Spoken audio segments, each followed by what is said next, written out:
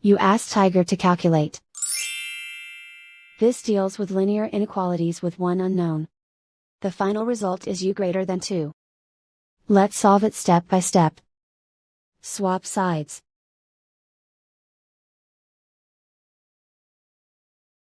Group all constants on the right side of the inequality.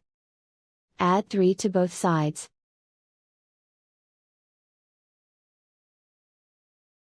Group like terms.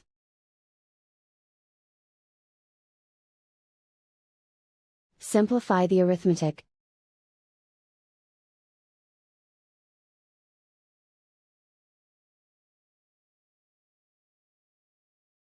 Isolate the u. Divide both sides by 43.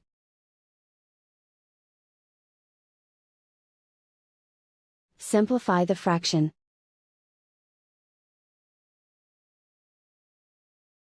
Find the greatest common factor of the numerator and denominator.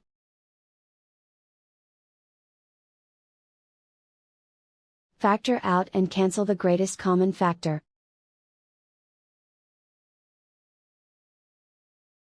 Plot the solution on a coordinate grid. And so the final result is u greater than 2.